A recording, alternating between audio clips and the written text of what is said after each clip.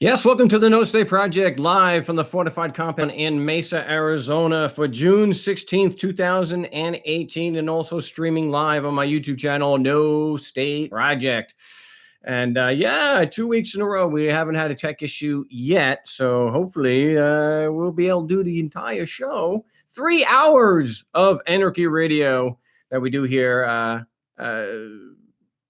on the Liberty Radio Network and my YouTube channel. So we'll see. And by anarchy, of course, we need to define the term absence of rulers, not an absence of rules, which is it's been redefined to be murder and mayhem and chaos. It's quite the opposite. We believe that the basic principles of right and wrong that we generally understand by the time we're 5, do no harm, live honestly, injure no one, give everyone his due, apply to everybody. So if you want to join me here on the big broadcast, you could do so. It's 218-632-9399, 218-632-9399. The passcode is 2020 with the pound sign. So 2020 with the hashtag or pound sign will get you in. Also on Skype, we've got Frank Rizzo 3. It's Frank Rizzo with the number 3. And instant message me first, so we can get you up there. A little bit of news. Remember, we've got the Jackalope Fest coming up in Northeast Arizona, about an hour and a half, 2 hours northeast of Phoenix, where it's pine country. It's beautiful Bacchus Meadow. I think this is the 9th year, so I should definitely be there this year. Always nice to get out of the valley at that time of the year. It's the first weekend in August, so check it out. I'll have to get the exact dates and get them in the show notes. Hey, if you're in Arizona, you want to come out for that week. I'm usually just there on the Saturday, but it's always fun, always good. And I'll do a pre-record of the show. We always get some video. Last time we were there, we had Adam Kokesh that we got video with, and also with Calvin, who unfortunately is not. I'm not working with anymore. No nefarious things there. No. But we were able to discuss, among other things, Joe's big win success story against drug charges, possession charges in Hawaii. So if you haven't seen that, check it out. I'm looking forward to being up there and doing that again. Some bad news, though, is that Wiki, all the Wiki pages, not Wikipedia, but like on markstevens.net, we have a Wiki page. A number of years ago, I was able to get that. They were going to start charging for Wikipedia, and I was able to show that it was educational, and as such, I did not have to pay for that. But unfortunately, because the upgrades are apparently so so much money that they just don't have the ability to do that now. So all of the Wiki pages are going to be taken down. Again, not Wikipedia, but the Wiki pages, such as my Adventures in Legoland Wiki page. So maybe somebody can make a copy of all that information that is up there, and we can migrate that onto a page on my website, so we don't have to do it all over again, because there's a lot of really good material in there. I always thought it was pretty cool, because if something ever happened to my website, I used to regularly put everything up on the Wiki page. I haven't done that in a few years. So every time I had a success story, I would, go post it over there. So in case something happened, everything was preserved there. But unfortunately, it is coming down. So maybe if somebody can go and make a copy of that, that would be great. And you can always get me at markstevens.net, and we can try to migrate it to a separate page on my website, or it can all be put onto the forum. So, and if you want to join the forum, you can do so, but you have to email me at markstevens@mail.com, or you can just get my email address at markstevens.net, and I will create the account for you. I'm not a tech guy, so because I couldn't figure out how to get really good anti-spam and bot software or plugins, that's what we got to do. Too many trolls. Well, I shouldn't say that. No, there's too many bots. So that's why I do that. So if there is a new forum account, you can be 100% certain it is not a bot. So I do have a really great success story that I want to talk about. It's about damage control. Somebody else during the week, I know I've got a bunch. They're starting to pile up. I have the success stories, the two tickets thrown out last week that I've not gotten posted. Someone else got something thrown out totally. When she gets me the documents, I will get that posted. And Jim in Lincoln, Nebraska, was on the phone with him briefly before the big show.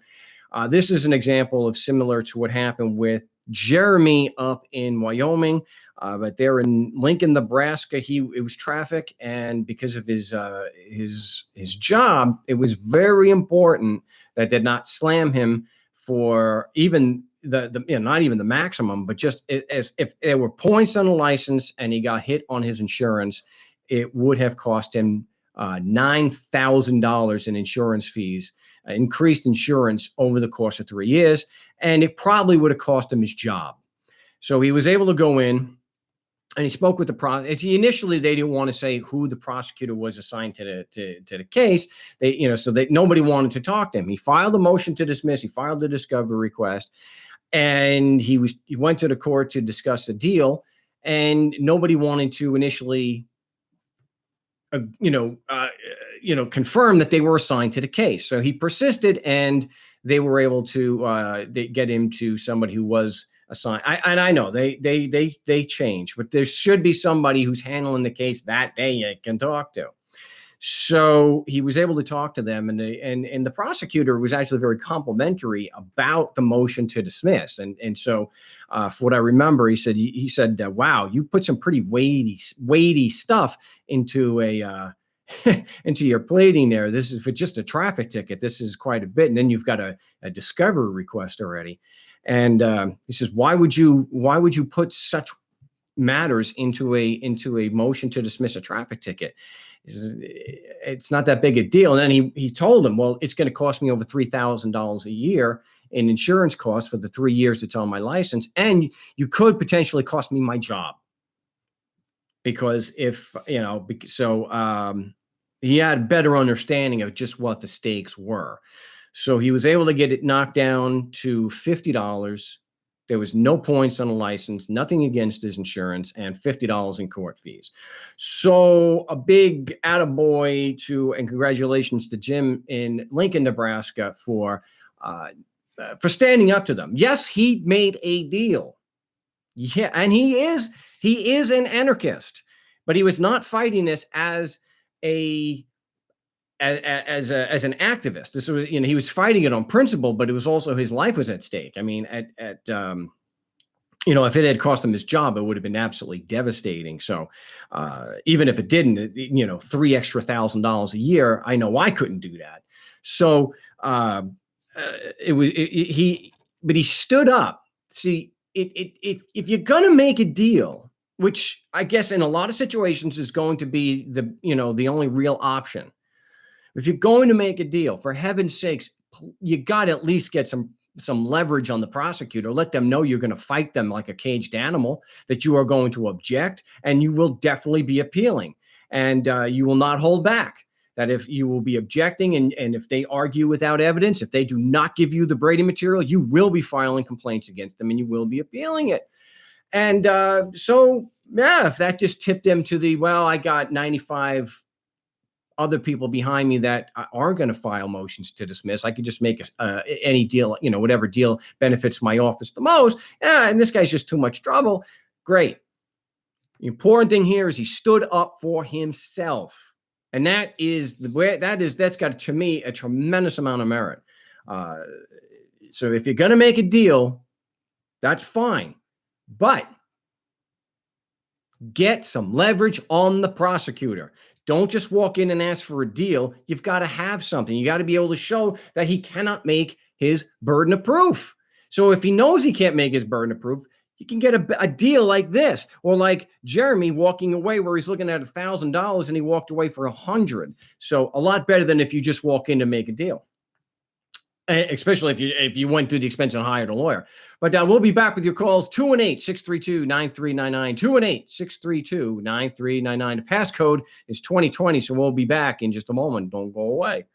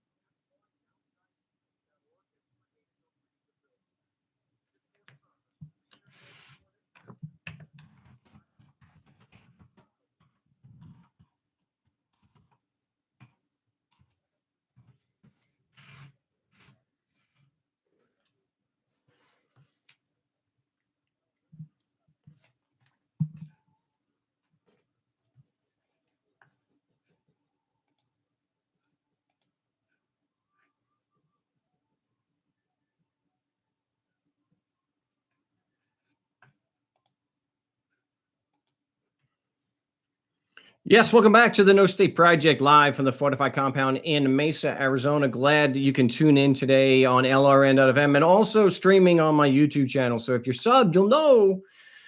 If you don't know by now, we do 3 hours every Saturday afternoon from 1 to 4 Pacific Standard Time there on the YouTube channel. Also, then if you're subbed, you're going to get the notification that we're going live here. And just want to mention, Tom mentioned that going home is a big point of going to court because these people are criminals. And I couldn't help but be reminded of that, the great Alvin Lee when you wrote Going Home. So yes, going home is definitely a big part of it. You want to do your role playing and know that how to respond to these people and keep your cool. Don't get all flustered and upset, which is kind of the calling card, which they like to do, is to get you upset. I do have to mention and give props where they're due. While I don't have much good to say about the legal profession, when somebody in there for whatever the purpose might actually ultimately be, if it is going to help people have a more of a chance of a fair trial, and it's going to cut down on prosecutorial misconduct, and good on them. So I'll have to get this. It's from Philly.com. And they're saying that I'll have to get this on the show notes, that the Philly District Attorney Larry Krasner seeking to develop comprehensive list of tainted cops. Yeah. So they're saying that they have asked the city's police department for nearly a decade's accounting of serious violations by its officers so it can compile a comprehensive roster of those who have lied while on duty, used excessive force, racially profiled, or violated civil rights. The exercise, unprecedented in scope in recent city history, is designed to help prosecutors flag officers with credibility issues early in a case and possibly prevent their testimony. District Attorney Larry Krasner said in an interview last week. There's actually a video of that I haven't seen yet, but I'm going to. And I'll get this linked into the show notes.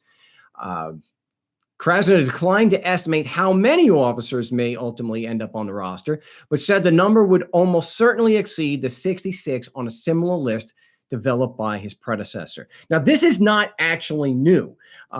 There are, and I've was told this by a prosecutor here in the Valley, that there are lists of Brady cops.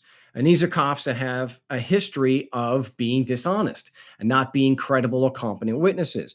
And so prosecutors, good ones or honest ones anyway, well, as honest as they can be as prosecutors, will go through that. And that should be part of the decision of whether to charge somebody. Or whether to, I'm sure what happens, they know they can't possibly win, so they throw a really smoking deal to somebody, so they still get the conviction.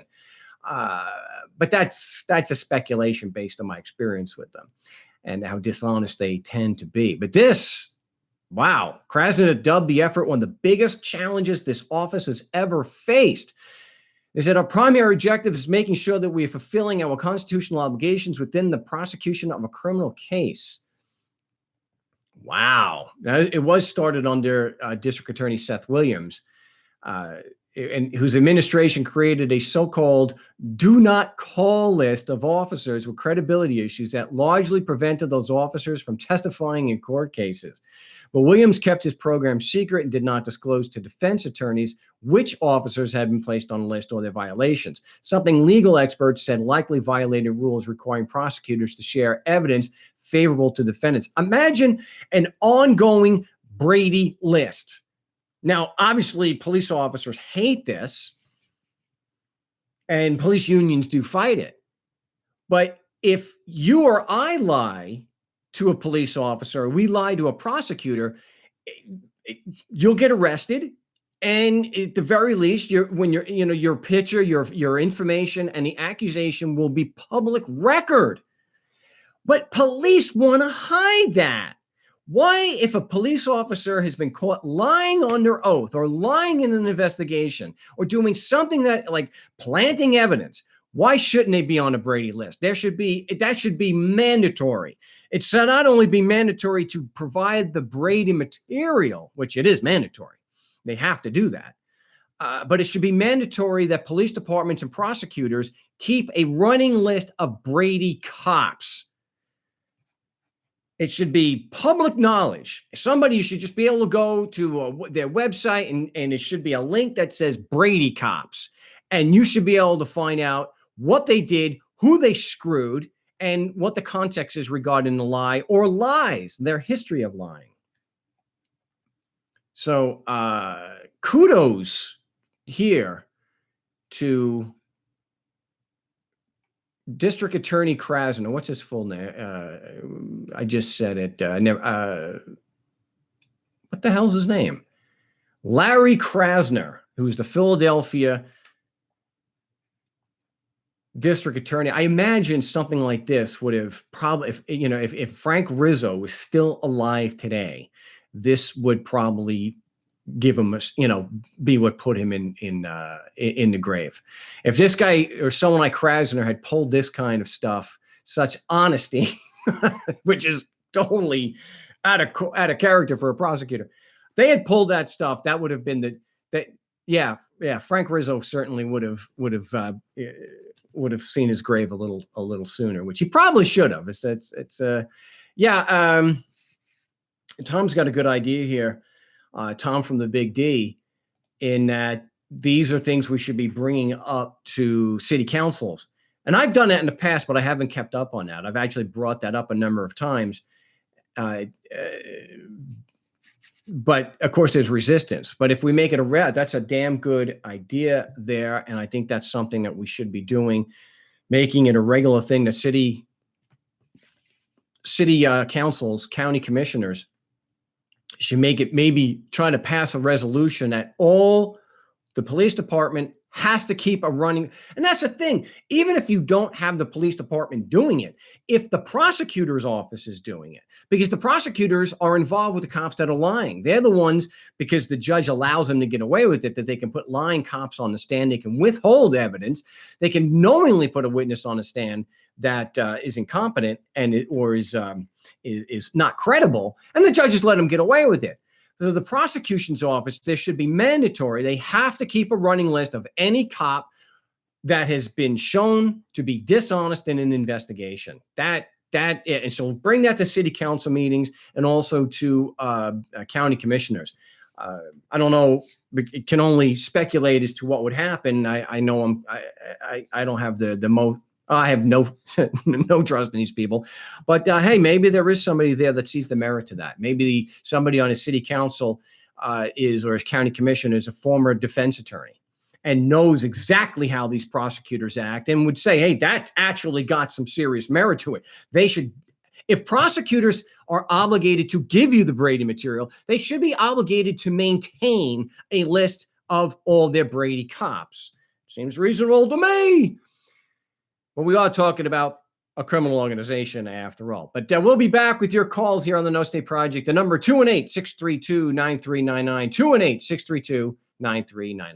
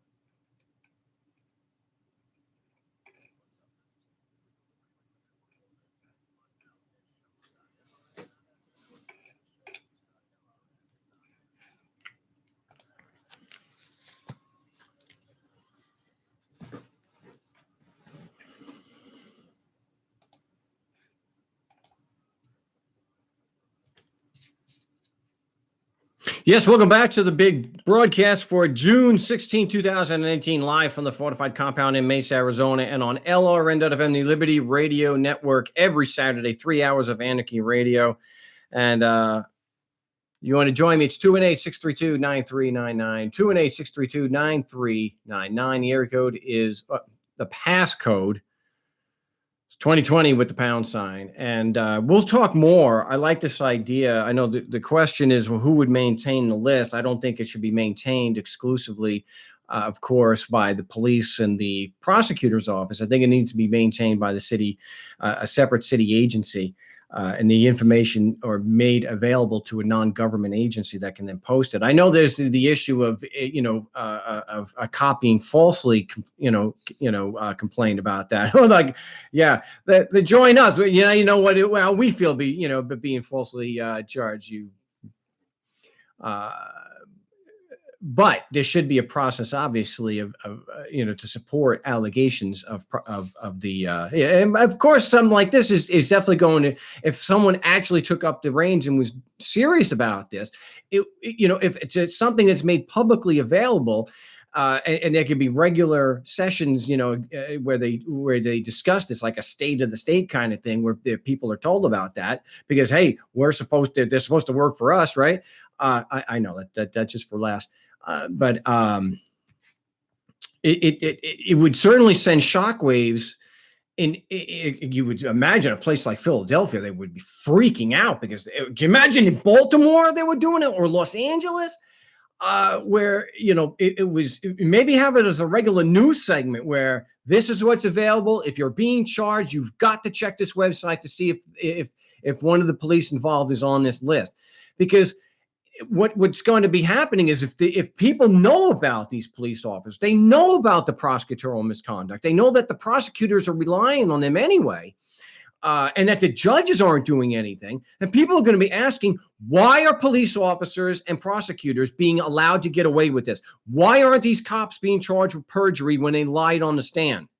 So you'll see that the lack of accountability and how dishonest and how almost thoroughly corrupt the legal system would come to light. It's just like me asking, why in the world would someone like Judge Kaczynski allow these prosecutors to get away with what they did and just by saying they should be punished instead of actually fining them? Just like Stephen Myrie, instead of just calling a mistrial and throwing it out, how about throwing the prosecutor in jail for committing a felony of obstruction of justice? But that's something I think it would be why there'd be a lot of resistance to that. I think it's a great idea and something we should definitely pursue.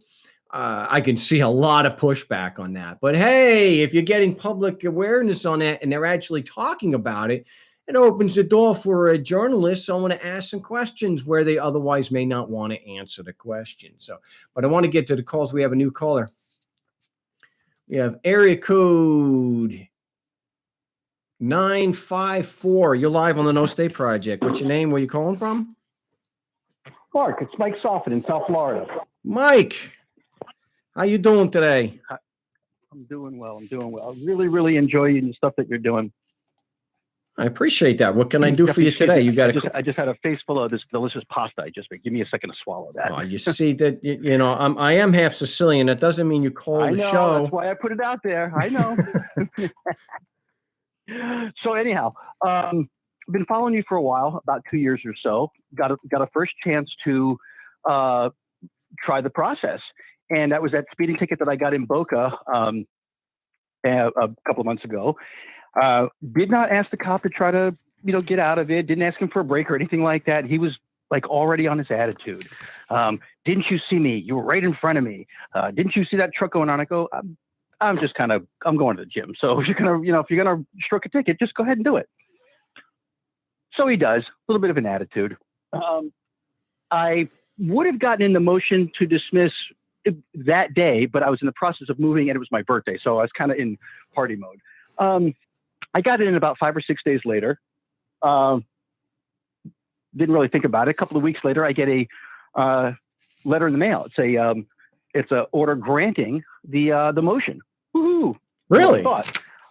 Open the package, and I don't know if you remember us talking online about this, but they granted the motion for a trial, not a motion to dismiss. Sneaky. Yeah, when you and I were talking on Skype, you said, yeah, they do that just to make sure that you show up. All right, no big deal. I'm ready to go. So it was, I guess it was last week, was a trial, beginning of the week or whatever. And as my girl and I are in the car, we're getting off the highway. And I said, oh, that's probably him right next to us. And we're kind of keeping an eye on him. And he goes and parks. I park right in front of him. Sure enough, it was.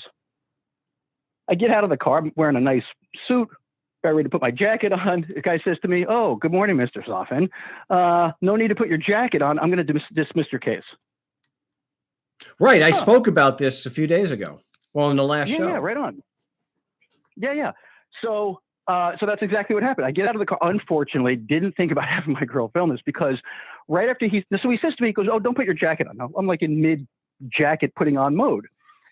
And I'm kind of walking past his car to go to the courthouse. He goes, oh, unbutton your jacket. Like, now I'm thinking the guy wants to search me for some weird reason. But he immediately says, yeah, it's weird, So he says, I'm gonna dismiss your case. And I said, really? Why is that? Well, I feel like I shouldn't have written a citation in the first place. Now, Mark, you're gonna get on me about this, but I really should have grilled him some more right there. Like, really, why not? If you are so sure that this is a slam dunk for you, I was going 53 and a 35, and you were right behind me, and you had video, and you saw me in Florida, and the laws apply to me. Why didn't you go head to head? Well, yeah, the only thing I would say that you can do that and be professional about is I would have just not have answered his questions on the stop, because you mentioned that you going to the gym, and I wouldn't have mentioned anything like that. Oh yeah, I usually don't. I mean, it was okay. It really wasn't a big deal. I had already pulled over into a spot I never ever park on the road. I've got other videos where like I don't talk to the guys at all, or whatever. But this is fine. I mean, what I was getting at is I wasn't looking for him to cut me a break. I wasn't. I mean, I wanted to apply the process, and so sure enough, as far as I'm concerned, listen, this guy could have not shown up. Number one. And number two, if they're so sure that their laws and rules apply, it should have been a slam dunk for me. It's not like he didn't come up. I mean, it's not like he didn't show up. He stayed to prosecute other tickets after mine. I agree. I think it's because you put up just like what happened with Jim in Lincoln. You put up a formidable defense. It's logical. All you're doing is asking if they have evidence to support their claims.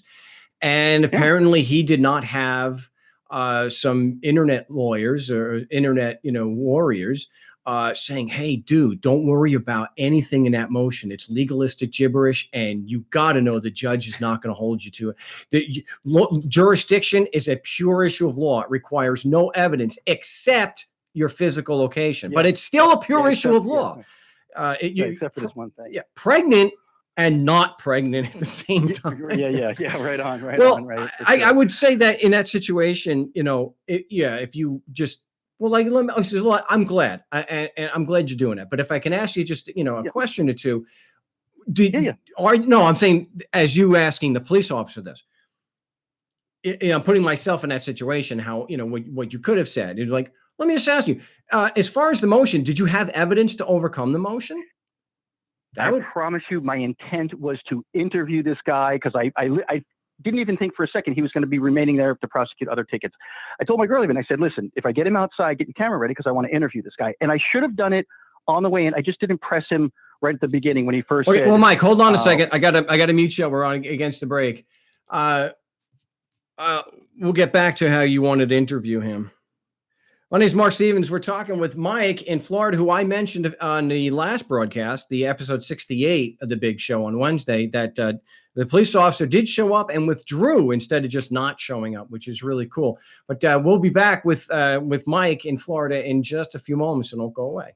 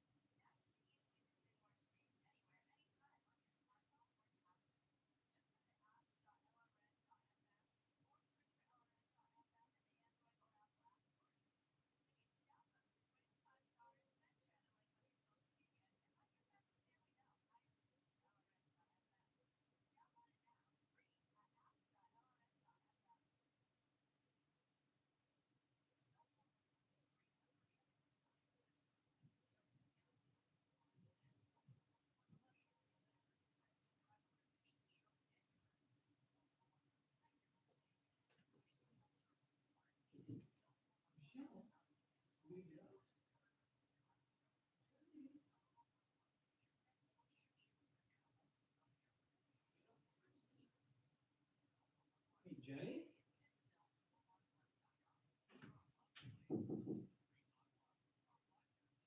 Jenny, it's almost 2 o'clock.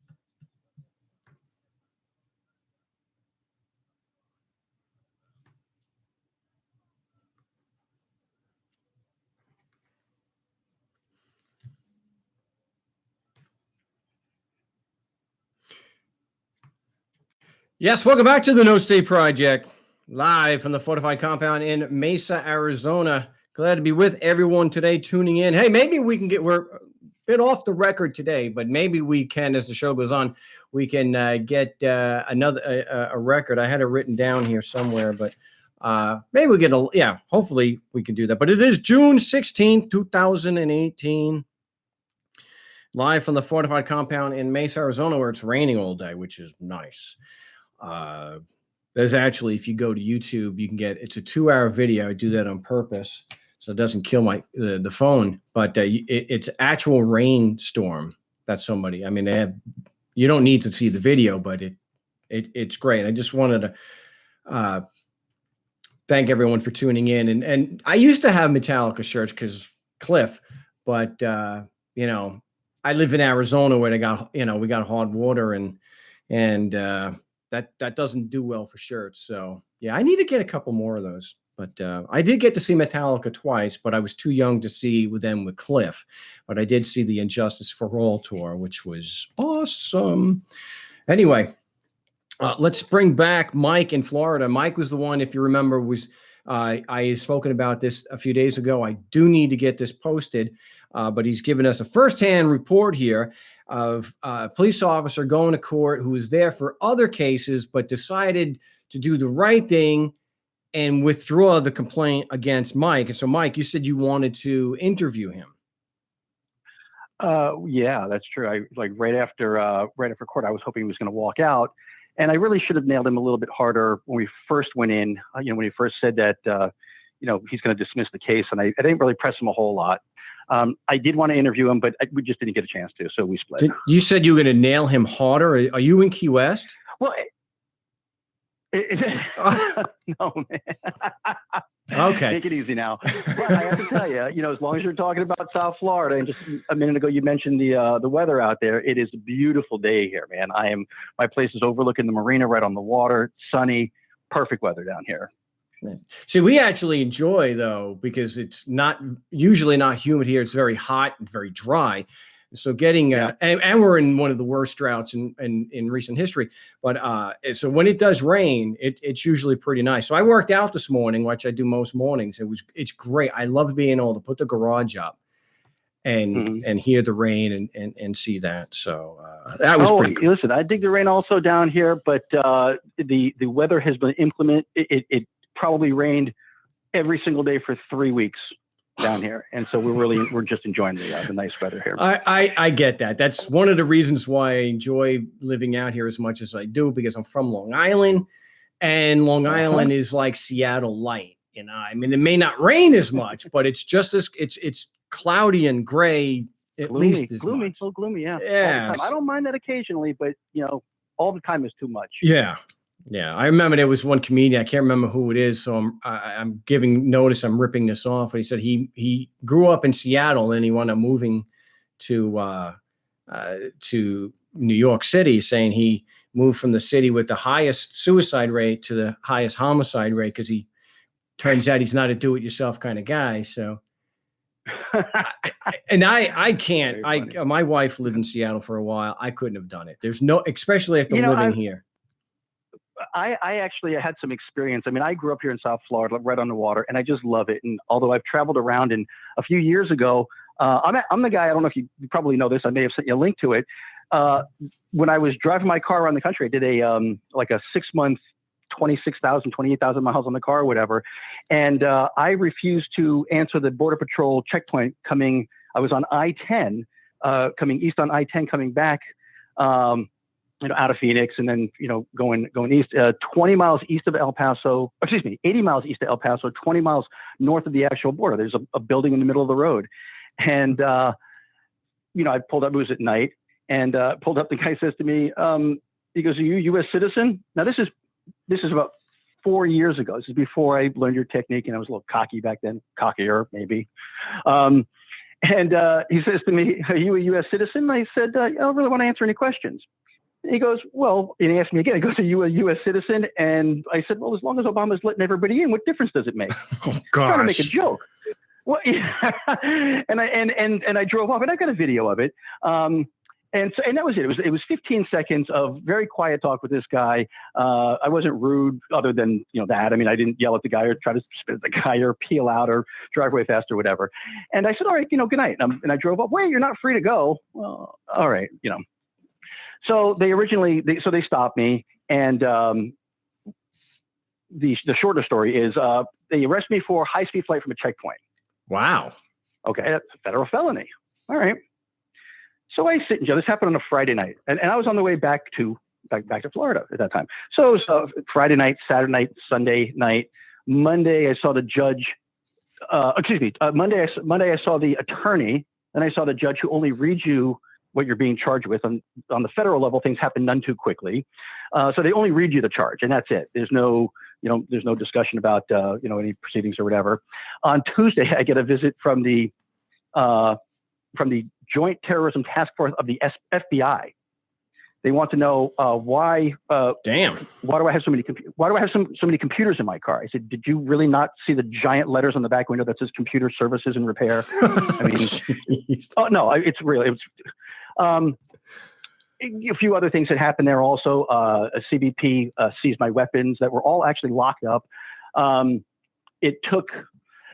There's an allegation of them finding drugs in my car, and that's with the premise for taking the guns.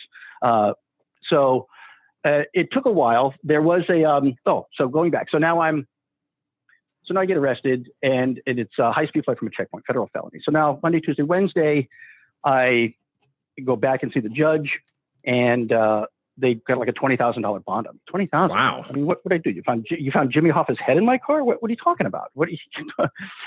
Okay. Well, that wound up getting knocked down to cost $1,000. And actually, Adam Kokesh's friend Dean Ryan was a tremendous help. He had a friend in Texas that helped me out, with the bail. And it really only wound up, being like $1,000 we had to put up. So I get out. I come back to Florida. Then I have to go back to Texas for a trial, which was at the beginning of 15. All of this happened at the end of 14. So beginning of 15, I go back to Texas, and I get found guilty. Excuse me. Pardon me. I'm jumping ahead. I spend 4 days in jail in the federal side in El Paso. As I'm waiting to go back on Wednesday, so it was Friday, Saturday, Sunday, Monday, Tuesday, Wednesday, right? So on Wednesday, I go in front of the judge to answer this charge or talk about this charge of high-speed flight from a checkpoint, and they dismiss it, just like that. I mean, because I asked what the elements of that crime was, and one of them is that the person has to be leaving the checkpoint in excess of the speed limit. Well, they never mentioned how fast I was going. They only said that they were going at 130 miles an hour, 4 cars. They were going so fast they actually passed me. So I figured, okay, I mess with them, they mess with me. I spent 5 days in jail. End of story. I'm going to go home. As I'm waiting to get released, waiting, an hour, 2, 3, 4. Everybody's gone. I said, you must have forgotten about me. No. They're throwing a new charge at you. So I go upstairs. It's only the judge and the prosecutor in this federal courtroom and me. That's it. Judge and So now they're charging me with assault on this federal agent. Oh, geez. And remember, this is 4 years ago. Okay. So now it's a misdemeanor. Now all of a sudden it's not it's not a felony. It's a misdemeanor. Okay. So I do come back to Florida. I go back to Texas and have a trial. I'm found guilty of assault on this federal agent. Now, if you look at the video, it's 15 seconds. Hi, how are you? I'm not answering your questions. Here's a little joke. Have a nice night. Goodbye. During the trial, the cop never said that he was threatened and this and that and the other thing. So they find me guilty. And my team goes down and talks to the jury. How'd you find that guy guilty? This is their response. We felt like he should have had to answer the questions like everybody else does. So you don't do that. They just label that assault. Yeah, just Right. do what lawyers do and just make it mean with every, you're in court, and in court words have different meanings. It's just like a conclusion means something completely different out of court than it does in court. It's so easy to see what a facade the whole deal is. And like I said, I wish I knew the technique, 4 years ago, because I would have applied it. I mean, it's a code violation is all it was. The administrative stop or whatever they call it. It's a code violation. Yeah. Clearly not mala in se. Did I learn that correctly? Yeah, that's right. We're up against the top of the hour break. So just hold on. I'm going to mute you back up. And let everyone know, we are doing a radio. For those new, I am doing a radio broadcast. I'm doing an LRN Liberty Radio Network broadcast. And that is, and so the help in the editing, that's why I'm not speaking during the break. If I could just mute the LRN stream and just, I would do that, but I can't. So we'll be back with your calls in just a few moments. So don't go away.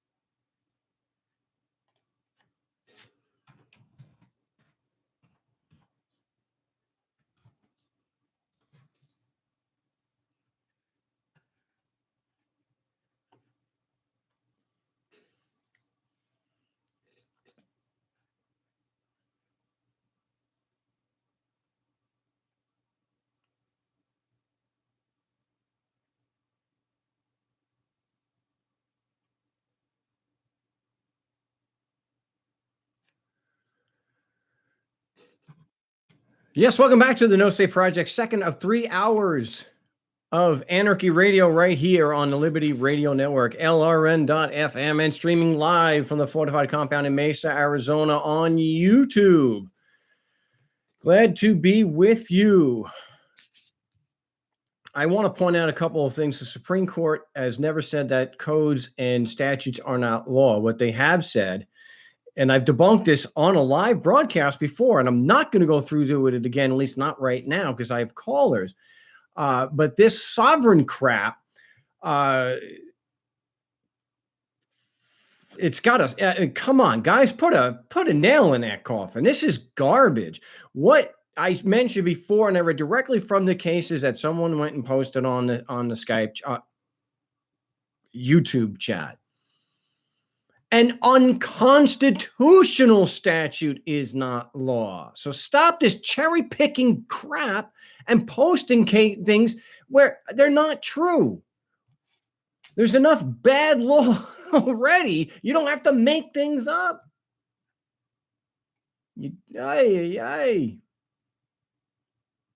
So again, anyone tells you that the Supreme Court or any court has said that a statute is not law is lying to you, or they're just ignorant. Here it is again. I'm not going to give you the whole quote. I'm just going to give you the part that was cherry picked out. An unconstitutional statute is not law. It takes the form of law. It looks like law. It went through the process, but because it violates the Constitution, it is not a law. It does not and has never said a statute is not law. It's this whole thing again, is it legal or is it lawful? Same damn thing. Gosh. Anyway, I want to bring back Mike here on the show. So what I want to get back some of the things that you would have questioned this police officer on had you had the opportunity to interview him. What are some of the things you wanted to ask? So what I really would have liked to have said to him is I would have liked to have just pressed a little harder on, well, why is that? Why do you just said that you felt like you shouldn't have written the ticket in the first place. Why do you feel that way? What was it that changed? I would have asked him, did it have something to do with my questions asking for your evidence? See, that would be better because you're asking a leading question. So you definitely don't want to leave it open-ended. So, well, why did you feel that? Give them a suggestion and lead the conversation. What did you feel that you couldn't meet your burden of proof? Right. Okay. So, I definitely would have liked to have gone, a little bit further into that. And I think that had I gotten a chance to actually interview him afterwards, I may have come up with that. But again, he stayed in to prosecute other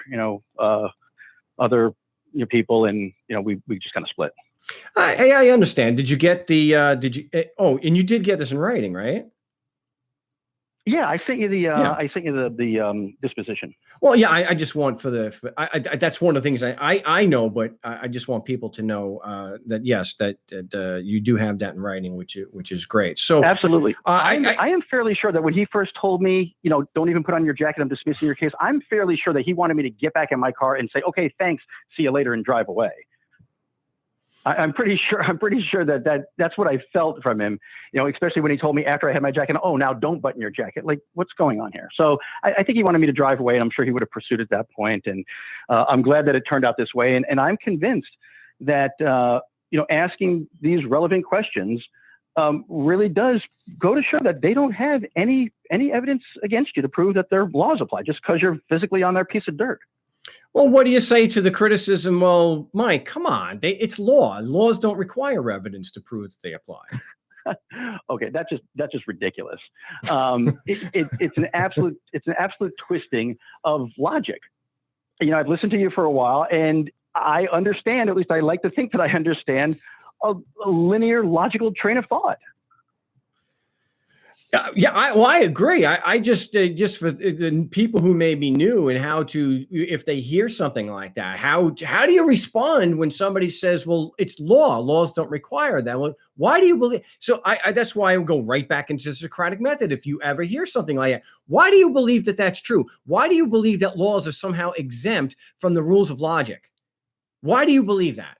Right. And then, Mhm. when whatever they give you, then you go, oh, well, how so? How does that actually work? Show me the logic that you're working It'd on. be great if someone could be willing to continue a conversation as they start to see their false logic falling apart, and instead they scream and yell and name call and all that other stuff. You're just one of these, sovereign lunatic Freeman type. You're a libtard. You must be a libtard. Or you're a Like cook.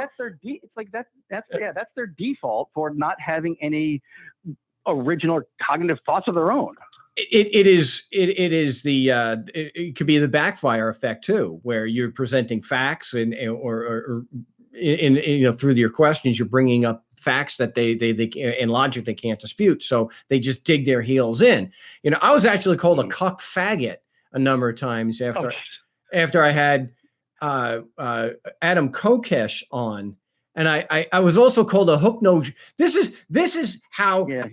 This is not the typical critic that I have. I don't know where these people came out of, but I was actually called a hook nosed Jew. That was the insult that they gave me because they can't defeat the argument. So I'm a cuck faggot and a hook nosed Jew. I'm thinking,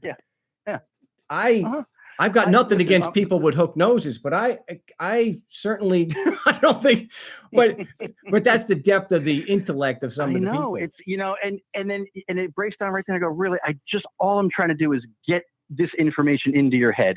If you could just be receptive to it, you wouldn't be so with this hard edge and so afraid to hear something different than what you've been taught all your life. I mean, listen, I was the same way. My dad was a statist. I learned from a very young very young age that there's this inherent authority that wears blue costumes and have shiny embellishments, and you got to give them respect. And they if they say something, you got to jump. And so we only know what we were taught by the people who taught us by what they knew from the people who taught them. And now we're trying to re-educate people. And so I like to think that when I'm on the spot, when I'm doing my thing, I can articulate myself pretty well. And learning this material, it's great. And just like any other subject, the more you study it, the more you understand it, the more clearly you can speak about it.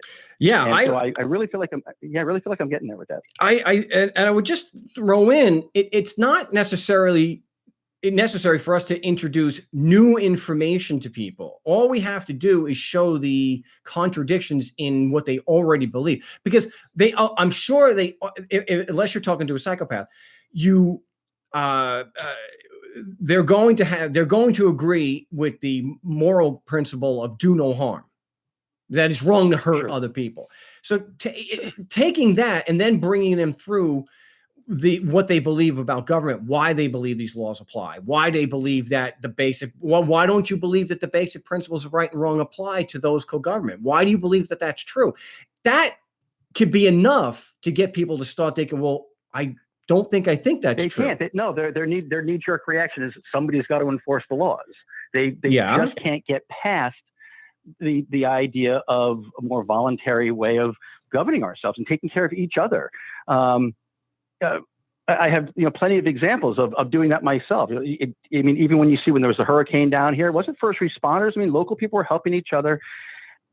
It can happen. It just, I don't know why it takes for disaster, for real people to start taking care of each other. Well, that's a whole other thing. I wish I could talk more about that, but I do have to get on. I got a lot more calls. Hey, I will listen. I appreciate your time. It was really, really cool talking to you. And just to follow up very quickly, that last story I was telling you about, that thing that happened on my federal case.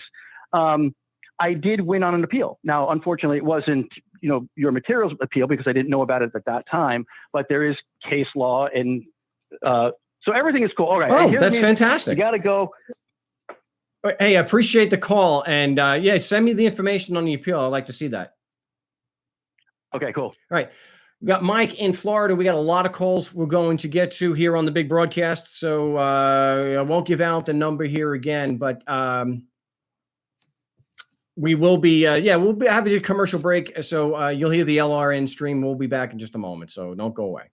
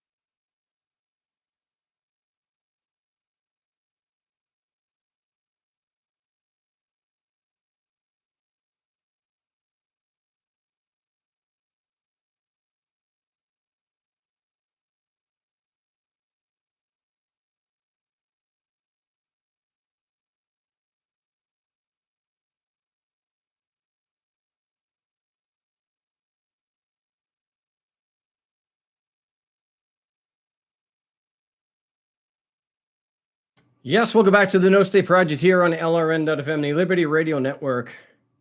The YouTube channel is No State Project, where we're streaming the LRN stream live from the fortified compound in Mesa, Arizona. Glad to be with you here. And it's been a few weeks, so I guess it was in order for somebody to see the G behind me and think that I'm a Mason. No, it's my wife's initial, Gina. See there's a wedding picture there. See it? Anyway, not a Mason. I don't know how that would well, the conspiratorial might think that did something, but no, absolutely not. So the Alex Jones types. So yeah, not so much. Yeah, the number is 218-632-9399, 218-632-9399. We are going to go to another caller. He's been on the show before. We got Shane in New York. Welcome back to the show. How you doing? Good. How you doing there, Mark? I'm doing all right. So what do you got for us today?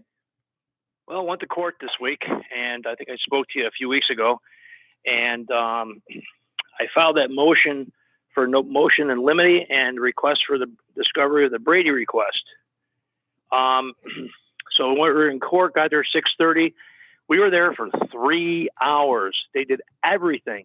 Please take the CPEL plead, and we'll be done with this case. And I said, not until we get discovery. And I filed that way back in May 1st of 2018. And I've never seen anything. You would think this was a murder case. Jeez. And so I says, I can't do that because there's no evidence to support the CPEL charge, and there's no evidence for any type of disturbance of the obstruction charge. He says, well, we're already dismissing that. Just take that. I said, well, it's still going to be on the record. You know, when you take a plea deal, it stays on your record and it can't be sealed and cannot be removed. And that was my big issue with the judge. I said, I need to have this all completely removed off the record. And he says, well, I'm going to order the DA's office to respond to your motion, sir. Come on back on July the 23rd. Oh. So there we are. He asked me right off the bat. He goes, sir, what do you want to do with this case? And I told him quite frank, I want to dismiss with prejudice, and I'd like to carry on with my life. Otherwise, we're going to have to move forward with discovery. So, and what? But to get so the prosecution already had damn near a month to get you the discovery material, and the judge just gave them another month and a half. Well, yes. What was really even more fascinating about it is that he didn't even have it, and I already served it to the DA's office. He wasn't even prepared, didn't even have it, didn't read the file, and all he did was there threatening me that, oh, if you get guilty of a misdemeanor, you're looking at 1 year in county jail. I said, look, I've been down that rodeo before, okay? You don't meet the elements, you don't have the evidence, let's move forward. And he hasn't even looked at it, so he had to make copies of everything again, and he said he'll respond in July sometime. See, he'll mail me a copy. So the thing here is, you are not asking for anything the prosecutor should have already had in the file. At this point, at this late point in the game, he should be able to look at the file and say, the name of the witness with personal first, the knowledge is, John Doe. You're not asking him to do anything he has to investigate and find out at this time. He should have already had that information. In fact, you're asking for information that should have been on the complaint. It should be in the file. The fact that the judge is sitting there and forcing you to participate in these, he is acting under the impression that the prosecution has proven jurisdiction to allow him to then do these things to you. To then give him another month and a half to respond is really a tacit admission that the prosecution has not met their burden, because they can't produce it right there on the spot like they should if the judge is acting, under the impression that there's jurisdiction. Hey. Who thinks Well, for a it's a lot second more interesting. It's a lot more interesting than that. But there's so many things to tell you. But the main focus is that they have never responded to anything 2 years ago, and I just went ahead and did the guilty plea of a seatbelt because hey, what the hell? What's a seatbelt, right, Mark? Hey. What's a seatbelt? It's a parking ticket. I just assumed it was going to be removed off my record. Now, within a week, I found out this is not going to be removed from your record. It's going to show dismissed. And that's when I said, you know what? I better do a notice of appeal. And luckily, I prevailed on that issue. And it was remanded, and the sentence was vacated. Because I don't want that on my record because it would be kind of silly to have that on your record when it doesn't even meet any of the requirements to be on your record if you the evidence. Yeah, but it's not a moving violation, so it's not like it would have been like with Jim in Nebraska where you're looking at thousands in increased insurance, so if having it on there really doesn't amount to anything, and you got to kind of, if it's a matter of principle, I get that, but I would imagine a lot of people would let that go. But I'm very interested in seeing how they're going to respond to this. Now, yeah, I'm not really sure when it's a good time to pull out the motion to dismiss, but I think it's premature at this point. I think because they have to answer this, and who knows, the judge might throw it out when we go back next month. I don't know what's going to happen. You've already filed a motion to dismiss, though, haven't you? Well, I filed the request for discovery and the Brady request. Yeah, that's supposed to be very similar. The one I got off your website. It's supposed to be filed. I have the instructions on it, Shane. You're supposed to file it with the motion to dismiss.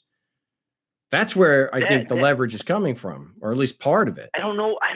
Mark, I don't know what happened, but I never got that one. I got the notice of motions to eliminate and the request for discovery. Maybe I misplaced it or something. I got these two motions here, or request and the motion for eliminate.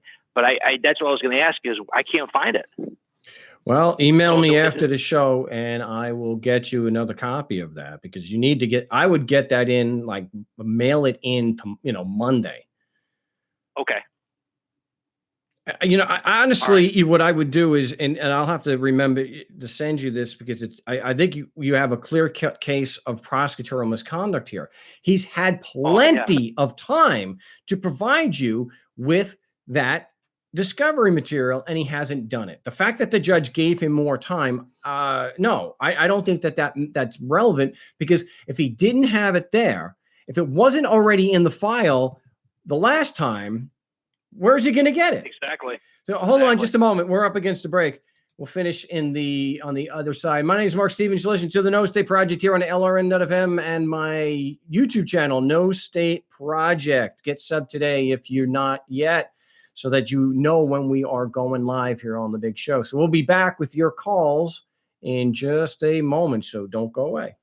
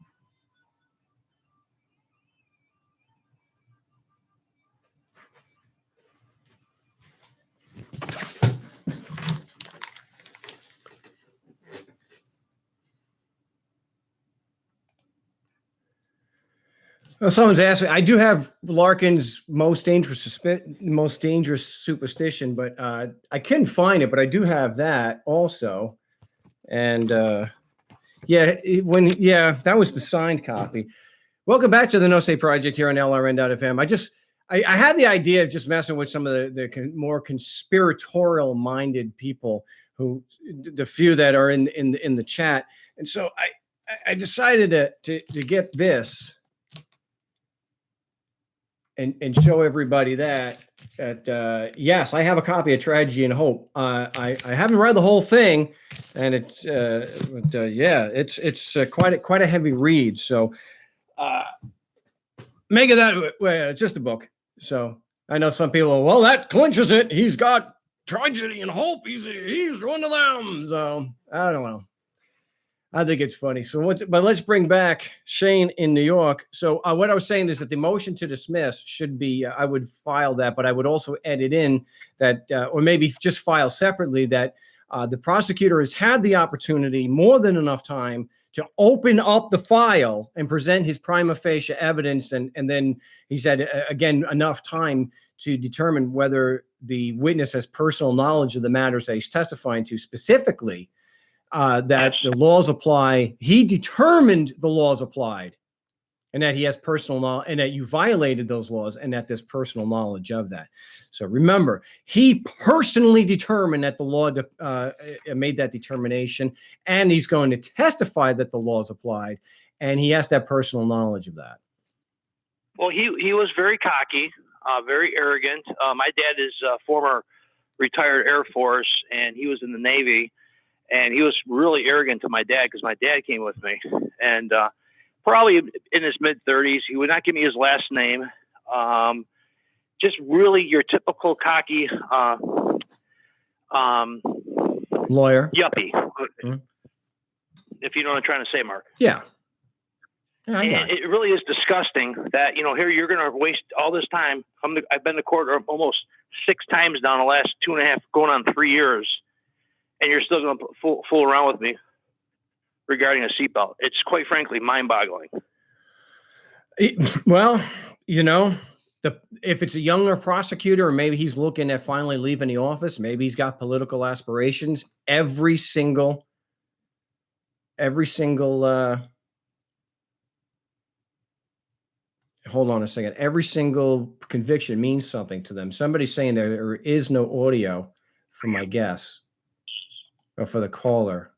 So just say something again there, Shane. Okay, testing 1, 2, 3. Mark, can you hear me? Yeah, I don't know what's going on, but some of the streams it's not. But it's only. I don't think it's everywhere. But it's on. As long as it's on YouTube, it's on LRN.FM. Then that's all. That's all that we need to concern ourselves with.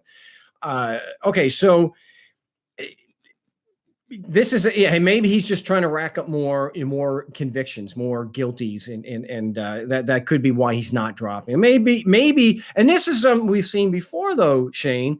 If you go back into the archives, a lot of times when the judge does give them more time like this, more often than not, they wind up withdrawing it anyway. So it could actually be. So when you add into the mix, it is just a minor traffic ticket. You're fighting them like it's a drug charge. Okay. This could just be the judge's way of saying to the prosecutor, just let this go. We don't need this kind of crap in here. He's going to give other people ideas. Yeah. Well, it's funny because they waited to the end of the night. They had a full packed courtroom, probably about 100 people. And I didn't get called up till about maybe almost 9:30 at night. And it was completely empty. Sure, you are trying to hold the prosecution to their burden of proof. And then you're using the contradictions in their statements to show that it's unfair, and they don't want you to infect the rest of the herd. I mean, that's a very common thing. I think I've mentioned that many times on the show. That's a very common thing. So those who are new, if you do have a ticket, if they know what you're doing and they know that you're challenging them, you can go in for the 6:30 docket in New York, or you can go at the 9 a.m. docket in Los Angeles. They will call you last to waste your whole morning or your whole afternoon. It's a real pain, but that's what they do. Weigh you down. Mark, let me finish with one thing I want to tell you really quick. Is this happened way back on June 4th of 2016, right along Lake Erie, and I was dropping this friend of mine. She has two brothers, and I was dropping them off at Mickey Rat's, which is everybody in Buffalo knows where Mickey Rat's is at. Right. It's a beach bar. So it was around 3:30 in the afternoon, and that's when I got pulled over. And they said your passenger doesn't have a seatbelt on, and that's when everything escalated. And I would not give any ID, and then 6 weeks later they issued out the tickets and the warrants. But it took them 6 weeks to put it all together. But one thing I want to tell you: the very following day, which would have been June 5th at 9:30 in the morning, they drove outside the jurisdiction, drove all the way to Hamburg, New York, which is just south of Cheektowaga, and spent 30 minutes with the family explaining, stay away from this guy. He believes in a lot of conspiracy theories. And, the issue with the taxes and, all the things that you talk about on your show. And they group us all in one little umbrella. But why in the world will the cops travel 20 miles outside their jurisdiction and spend 30 minutes with the family? It's unheard of. I don't know if it's necessarily unheard of, but it just depends on the situation. At least they didn't throw you an ass kicking. Yeah, right. It's just a crazy world today, Mark. Yeah. Hey, and you passed through Cheektowaga? Yes. That's where I was originally arrested, because I sued the newspaper for putting false information in there, and they arrested me in Cheektowaga on August the 17th of 2016. And I was just ready to go to the Erie County Fair, if you remember that place. And that's when they took me in 6:30 at night, and I ended up getting out around 2:30 in the morning at the Erie County Holding Center. So I was locked up for about 9 hours. I think I mentioned to you the last time that, I was born in Cheektowaga, but my parents, thank goodness, they moved us to Long Island. I was originally in Wading River, and then we settled in Selden. And so I had fun as a little kid in the 78 blizzard, whereas people up in Cheektowaga were dying. Yes. And if your audience doesn't know, that lake effect is extremely powerful here. There's many stories, but I got caught up in a snowstorm on November 17, 2014 on the 90, and I got buried with 7.5 feet of snow on the 90. I went right into this big white cloud coming from the airport from Cheektowaga and into the South Towns. I didn't know it. The weathermen didn't know about it. They said 10 inches. We ended up getting 10 feet. And it happened in 2 days. Jeez. And I was stranded on the 90 for 2 days, and a state trooper came and got me in the snowmobile and saved me. But I was stranded on the 90 for a good couple of days. And he took me to the North Towns because there was a white line, and that white line was Walden Avenue. Everything 30, 40 miles south of Walden Avenue had anywhere between 7 to 10 feet of snow, and anything north of that had probably anywhere between 3 inches to 7 inches, and that was it. Wow. Yeah, it was amazing. Except for 78, we normally didn't get feet of snow on Long Island. It was very rare. And if it was feet, it was no more than 2, which for you guys up in Cheektowaga to Buffalo, where that 2 feet, what are you kidding me? That's practically a dusting. So it's the lake, Mark. It's the lake. In fact, at that time of the year, I'm not sure if you remember this, but it happened 2 years ago. Oh my God, it's 4 years been now. Oh my God, time flies, Mark. But the lake was around 58 degrees, and the air temperature was 18. And they said it was the most ever in history of 200 years recording the big contrast. And we had thunderstorms going on. Jeez. Snowstorm, thunderstorm, those lightning and everything. But move to Long Island. Hey, I got to go. I got to let you go. We're up against the break. I appreciate the call, and get me off air, and I'll get you those motions. My name is Mark Stevens. You're listening to the No State Project here on LRN.FM and streaming live on my YouTube channel. No State Project. Yeah, a lot of thought went into that. So we'll be back with your calls in just a few moments. Don't go away.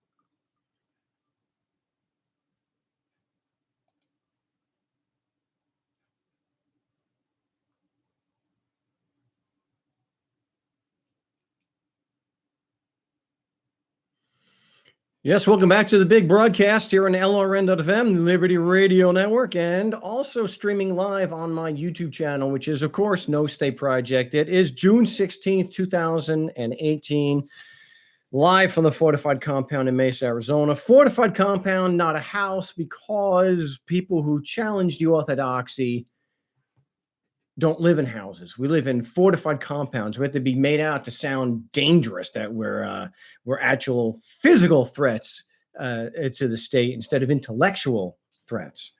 See, because not everybody is going to be so dishonest or be so ignorant or just be so cowardly or just be so unwilling to accept reality and the way things are.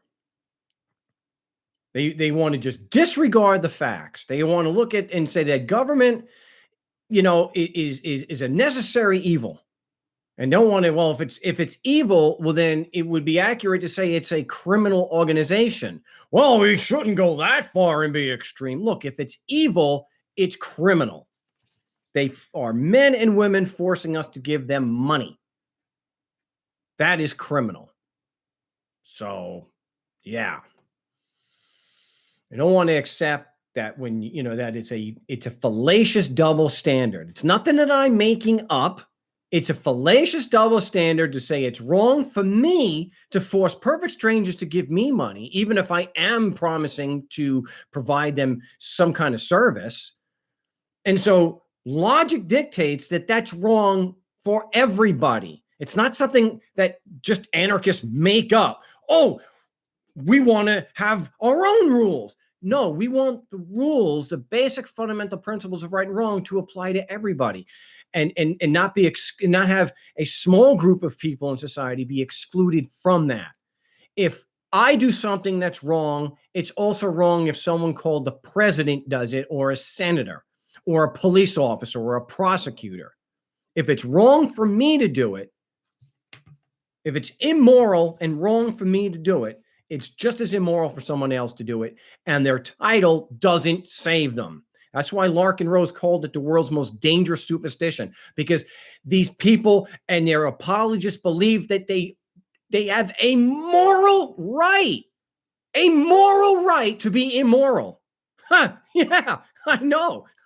I get it.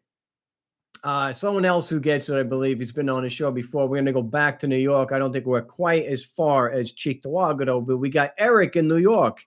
Welcome back to the broadcast. Mark. You see, Mark, you cuck faggot. What's up? I actually, hook-nosed wop.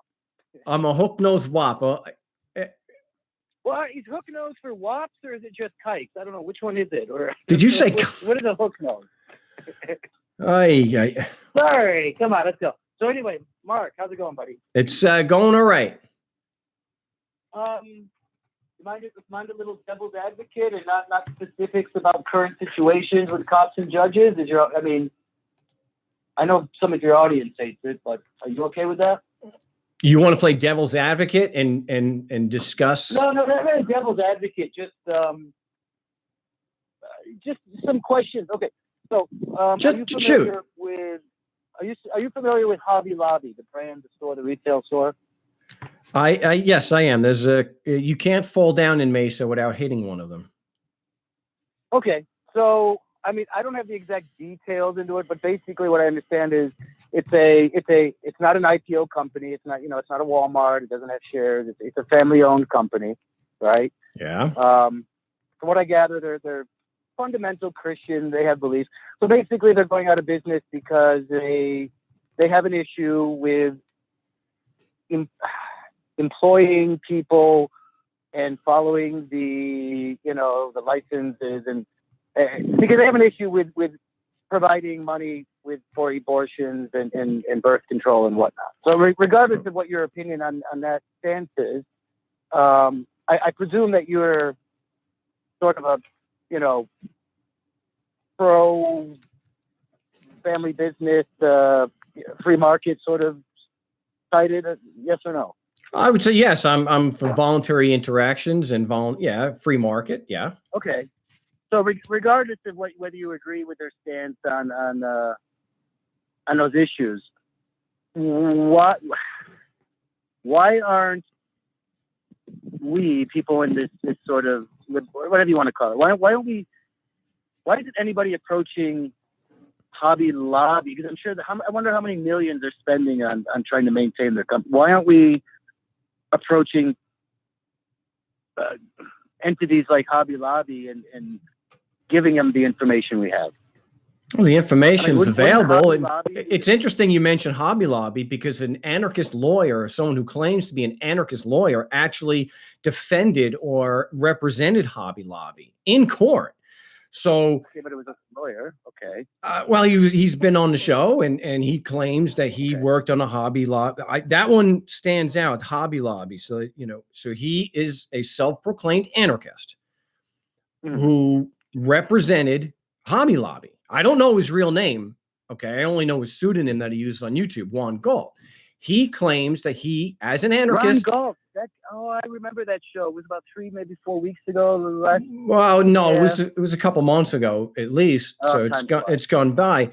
So, as an anarchist, if an anarchist was going to get the ear, I didn't see that guy as an anarchist. I thought he was a. Well, that's why I said he's a self-proclaimed anarchist. That's why I said that. I don't, so I would say if anyone who was actually an anarchist would have had the ear of and be, influential on Hobby Lobby, it would have been Juan Galt, who said on the show, again, I don't know, I can't confirm, I don't know his real name, and I don't care. He represented Hobby Lobby, so he had a professional relationship with the owners of Hobby Lobby. So whether he and maybe he did, maybe he had proselytized in that, and I'm using that in a lay sense. I don't know. I personally, in my experience with people who are very wealthy, just don't give a damn. They just don't want to pay taxes. They're not usually principled anarchists. That's my experience. They just want to be left alone to make money. And they want to, but hey, if there was somebody out there that was open, they could just let them know. On that point, is there, so listen, I know I have a very good understanding of the current monetary system that, fiat currency and it's all debt-based and fractional reserve. I know it, but that's the world we live in. So as much as anybody hates money, it's what we have. And I don't see it going away, except becoming more digitized and monetized and actually more controlled. Okay. Whatever you think about the money system, it's what we have, and we need to admit that. So what's wrong with helping, let's say, high profile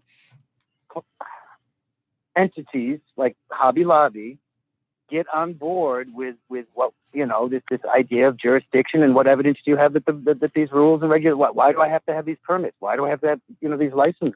Well, one of the things, well, let me explain. One criticism. Go ahead, sorry. Because when you're looking at a big company like that, and we're not even going to look at the lawyers, and the lawyers, if you're actually talking to them, the big problem that they have is that they are almost always operating as corporations. As a corporation, they don't have standing to challenge jurisdiction. Now, there is no being a corporation is not the same thing as getting a driver's license. There is no compulsory mechanism that you have to do business as a corporation or as an LLC. So they don't really have standing to complain. So if they're saying, show me the evidence that your state rules and laws and federal laws apply to my business, and they'll say, this is your corporate charter.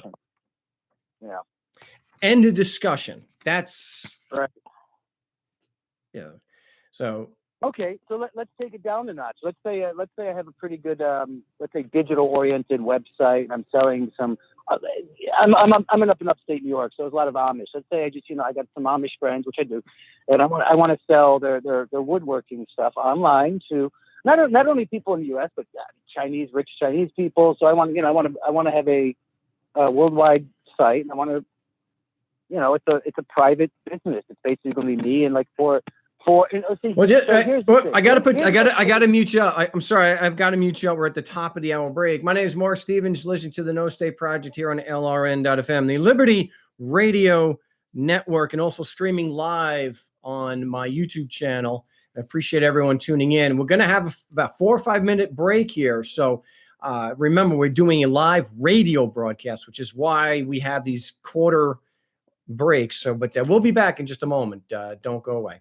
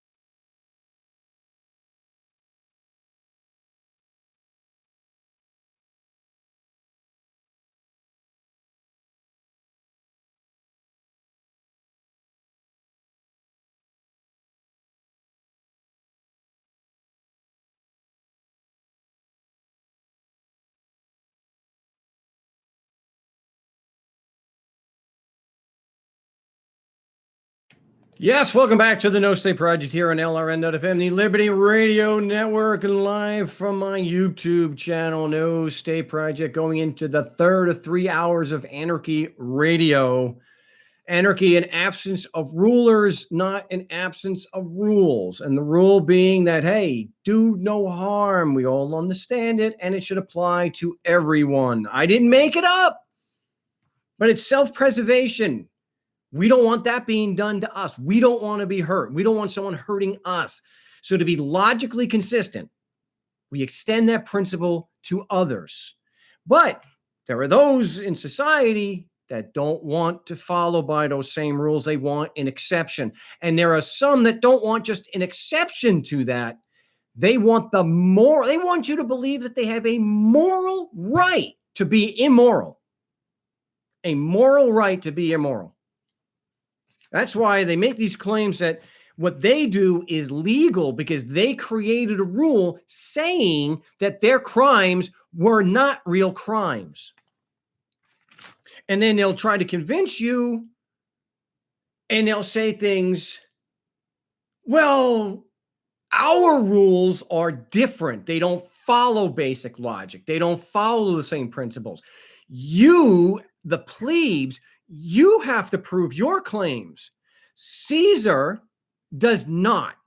Pharaoh, being God's anointed servant, I mean, you hear this trash that Jeff Sessions quoting the Bible, that the government, oh my gosh, but did they actually believe this stuff? That Odin opened the heavens, came down from Mount Olympus, and created government, because and that with only the supernatural power you can get from Odin, the rules of logic, of evidence and proof, good faith, none of that applies if you call yourself a government. And with the help of Odin, they developed a prison system to make sure you comply, that they get what they want. See, they don't want to be consistent, say that it's not a matter of evidence ever. What they say is, we don't need evidence to initially prove it. We just need to put you in jail. Once you're in jail, that's our evidence. These are the ravings of lunatics. Normal people don't talk like that as if that's true, because it's not. It's delusional. But I want to come back to my caller. We're talking with Eric in New York. All right, Eric. Let me unmute you there. Now you're in. Okay, you're back now. Eric.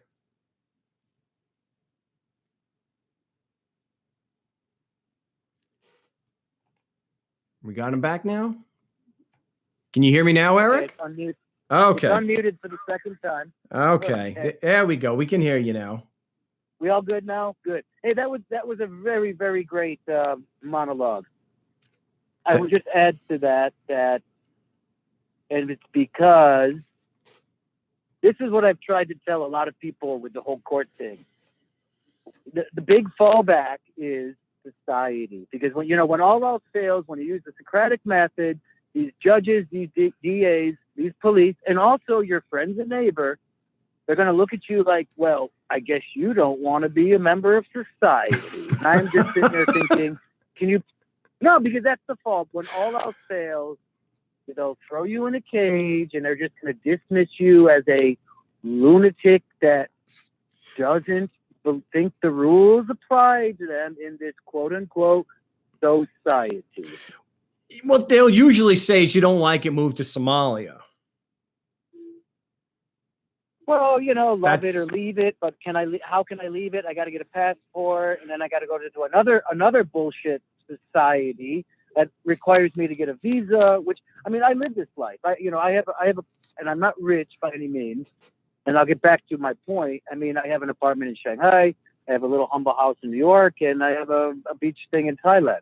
Nice. And guess what? To live that way, I need a U.S. passport, then I need a Thailand visa, I need a Chinese visa, I need to register with the police because I'm a alien resident, and I mean, so yeah, I guess I'm a statist when it comes to that, because I mean, I love to whatever. But you don't have a choice. You when it's compulsory. I mean, having a driver's license is compulsory. It doesn't mean you believe that government and states are real. You don't believe those delusions. You don't accept that reification garbage.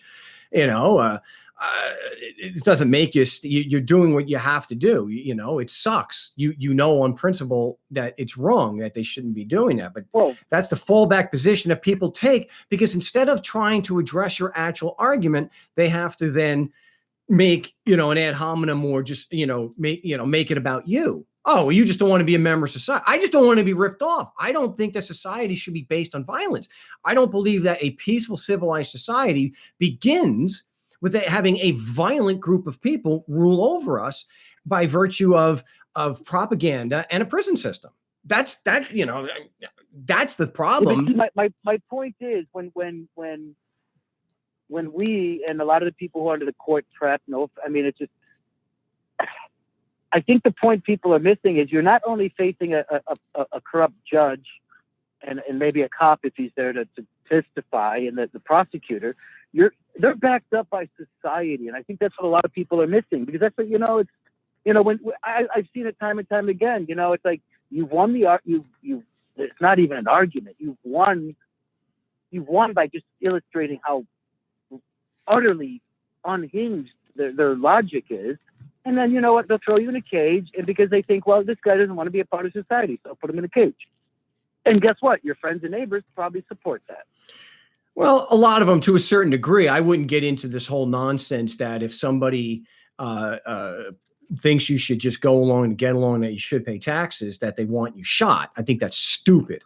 I think that's as illogical as any statist argument made out there. But society does, they at least tolerate them. And yes, that can be a problem. But yet, you're right. There are those who think that they'll blame the victim. They'll blame you.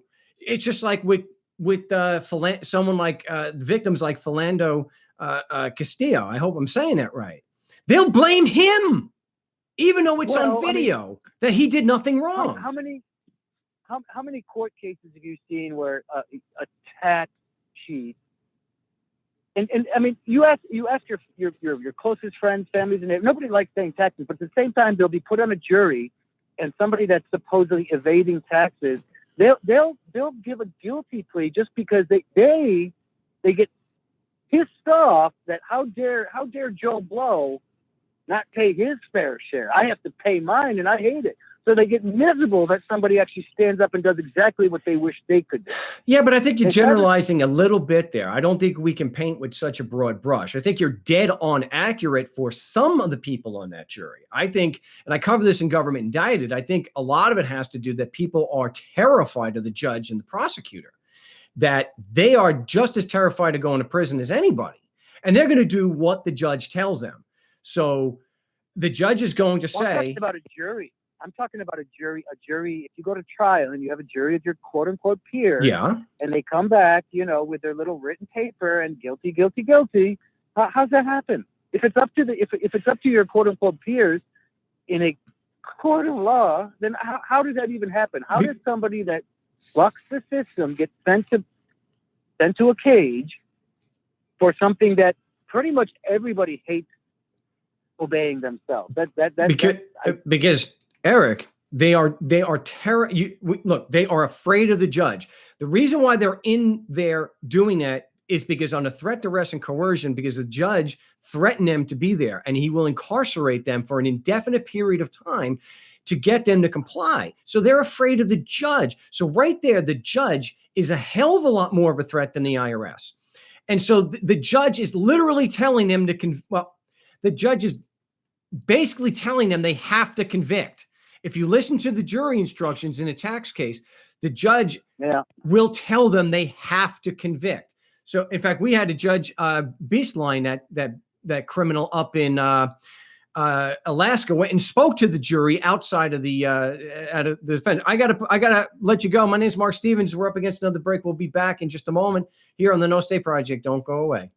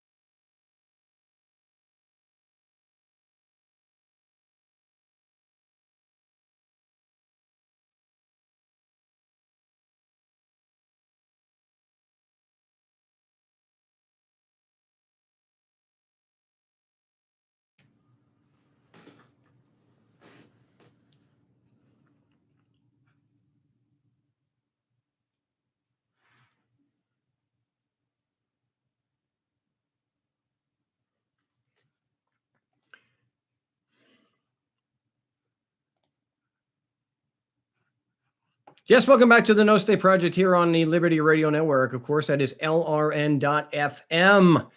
Bookmark it if you don't, and sub to my No State Project Skype, No State Project YouTube.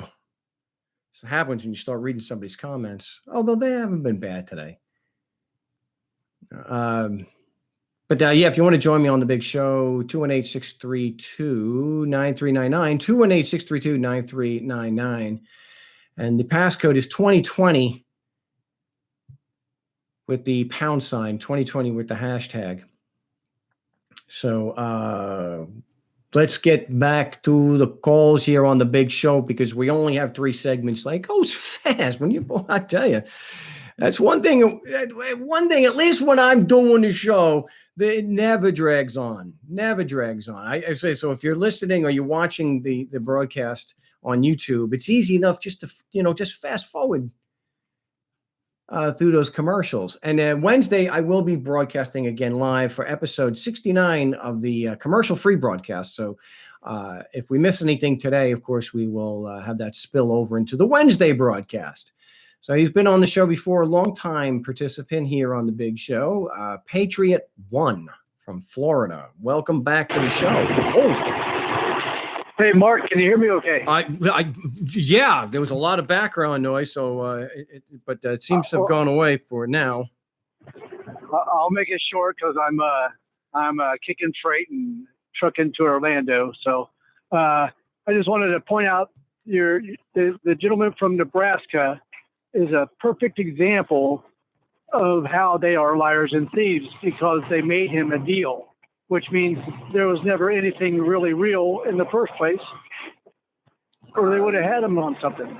I don't think that necessarily is logical, though. I mean, just the fact that they made a deal doesn't mean that they didn't believe that they had a... Look, in practical terms, you're right. There's never any evidence. The thing is, we're dealing with people who think that they do have evidence. And it's okay. It just shows that it's pure arbitrary. There's nothing really there. Let's make a deal. What? I'm not guilty. Well, we don't want to do that. We still need some of your money, one way or another. It just points out. But the other point I wanted to make is I sent you that text. I listen on LRN.FM, and I cannot hear the callers on LRN, but I can hear them on the listen-in line or the call-in line. That's I mean, it's going on my YouTube, and everyone that's been listening on my they're getting in the stream on Skype. The guys are on there, and I appreciate you guys doing that. Even if I'm not always on the Skype for comments, it seems to be one or two of the sources of the stream. It's the callers aren't, and I don't know why, but you're coming through. And you're coming out loud and clear on YouTube, so I don't know. This is the LRN side, but I just wanted to let you know that. So okay, well, I appreciate that. But the people are listening to the LRN stream on what they do is they do a group list, on Skype. They do it on the Skype, the No State Project Skype chat, and so you've been coming through loud and clear, really loud as far as the you've got a lot of background noise there, but.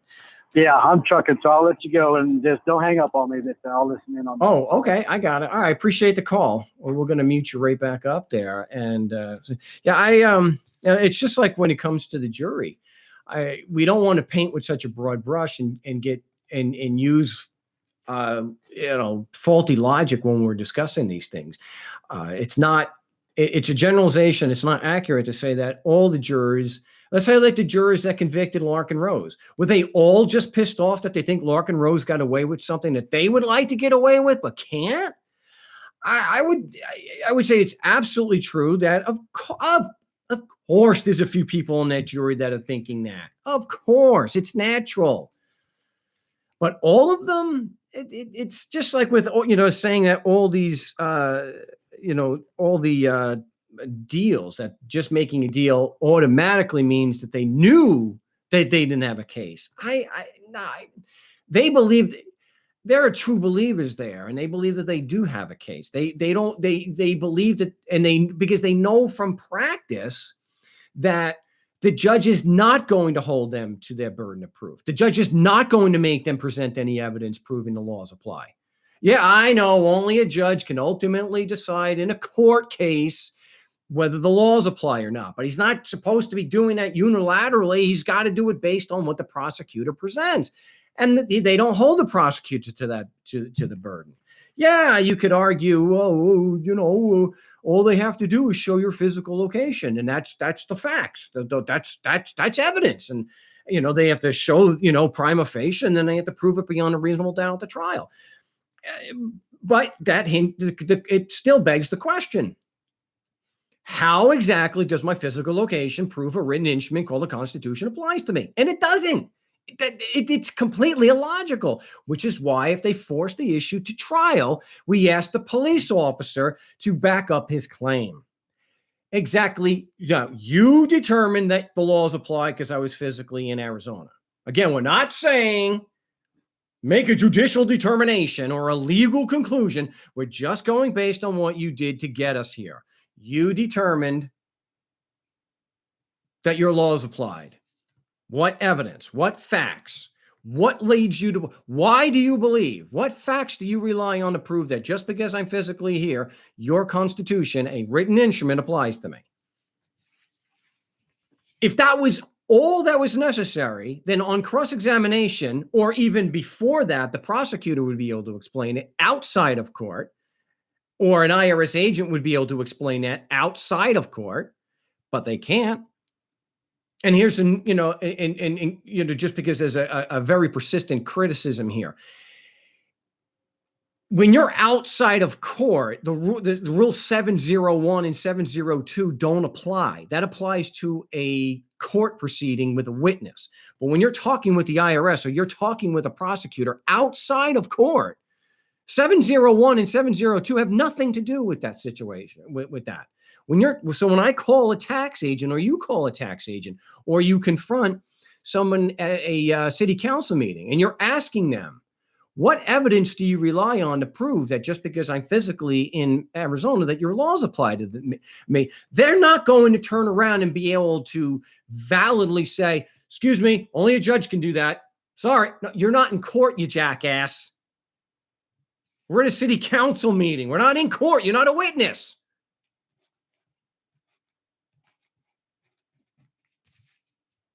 They don't have it. It's just not there. They believe that that's all they need to do, though. It's not logical, but they believe that. So I don't think that just because they're making someone a deal, that they believe that they don't have a case. I believe not in every situation. I think with a lot of that we're dealing with, the reason why prosecutors withdraw is because they realize they don't have a case and that they may not be able to get. They may not be able to rely on the judge to bail them out and stop a cross-examination before it gets really ugly for them. But we'll be back here on the No State Project in just a few moments. You want to join me? 218-632-9399. Time. The passcode is 2020.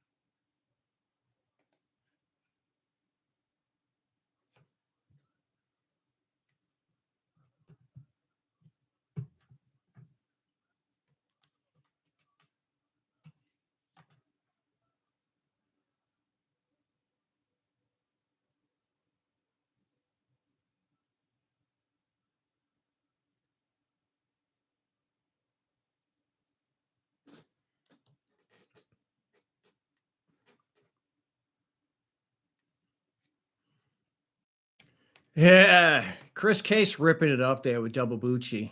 I still have to get that whole CD loaded, but I wanted to have some pictures of the band. And Chris wasn't able to get me that, so I'm gonna have to load that entire CD to my YouTube channel. Because you just had a small taste of how great this band was, and yes, I still would like them to get back together. Chris is a fantastic blues player. The other guitar player who you hear in some of the other bumpers is Caffeine Carl Wagner. And yes, they both still perform in Key West. So one of these days, I will be able to pack up my Les Paul and go down there and jam with him. But I promise I'll do my best. I got to get the success story videos up. I'm really slacking on that. And then I got to get Double Bucci posted live in 98. Holy crap, 1998. I don't remember. Johnny Ray was the drummer. Just wow, what a fantastic CD. And I will get that posted as soon as I can. If you want to join me on the big show, 218-632-9399. Passcode is 2020 with that there # or hashtag. And, so someone's raising a question, a comment here about the jury. Yeah, the jury. Now, this is why I'm on the fence about juries. When I lean towards, having no hope, no at all in juries, because of what I've seen. I watched the IRS, their star witness, testify on cross-examination that nothing she presented, none of the and she did the financials, none of the financial information, the income, the wages, whatever you want to call it, the investments, none of it proved that there was a tax liability. This is the IRS agent, the lead witness, the star witness, heads the Hendrickson unit. I don't have my notes. I don't remember her name. Testified in front of these jurors. None of the financial information proved that there was a tax liability. And none of the financial information presented proved that James believed he had an obligation to file. The IRS's lead witness testifying that none of that proved that there was a liability. And they still determined that there was a liability and that James believed it. And why? Because of the jury instructions, the instructions given by the judge. He's telling you have to convict. If he made the money, he filed in the past, he had to have known you have to convict. That's what they do. So yeah, the jury is very powerful still. And they can stop it with at least a mistrial. It only takes one principled individual to say, I don't think that's fair. The guy may actually be guilty, but he's entitled to a fair trial. And I don't think what the judge and prosecutor are doing is fair. The jury can refuse to convict on that, or 1 out of the 12, or 6, depending on where you are and what kind of prosecution it is. But just one of them needs to be principled. And I think that's few and far between that land up on the jury. How long ago was that? I think he's talking, that was the prosecution. I guess it was about 3 years ago, 3 to 4 years ago up in Alaska. It was with our friend James. And yeah, that was bad. That was bad. And so look what happened with Larkin Rose. I've said it on this show before too. The judge actually said this, according to Larkin, who was there. I have no reason to doubt his testimony, and it was in the book, and he's never gone back on it.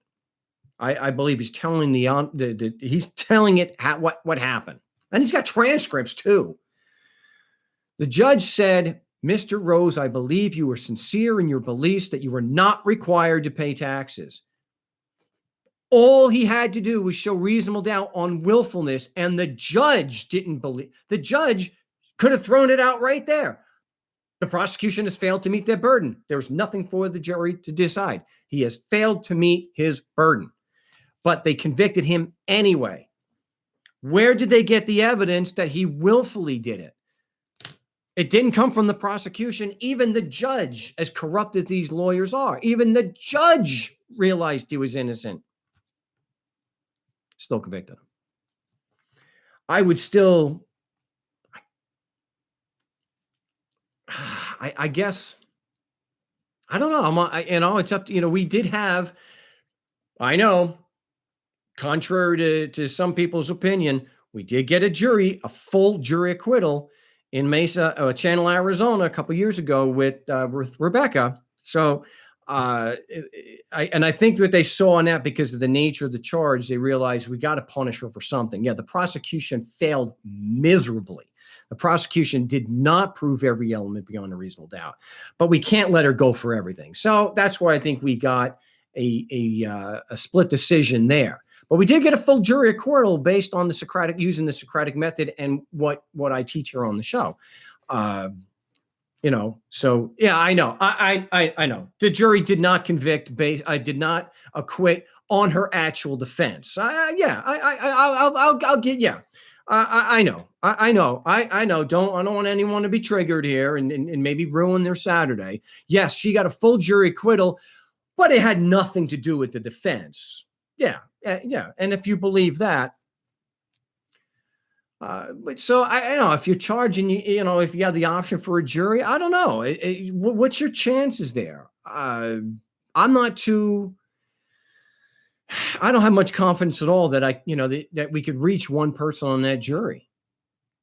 It just, because they're going to want to stack the jury. In fact, they stacked the jury so bad against Mike in Idaho that even the psychopath Larry Burns said, no, we can't do this. There are too many government employees on the jury. You imagine that.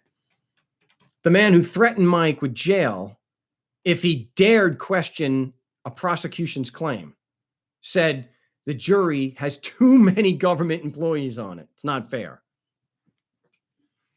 Yeah. So, they are stacking the jury. That's the thing. They want somebody who's going to be pro-prosecution, who's going to convict. That's what they want. And so they have no problem denying us voir dire, even though it's supposedly from a legal standpoint, it's an automatic reversible error.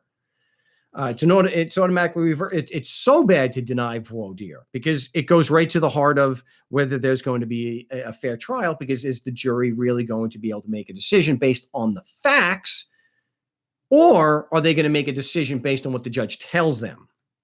So, it helps the prosecution to stack the jury that way. So, I don't know. I don't know if I would go put my fate with the jury.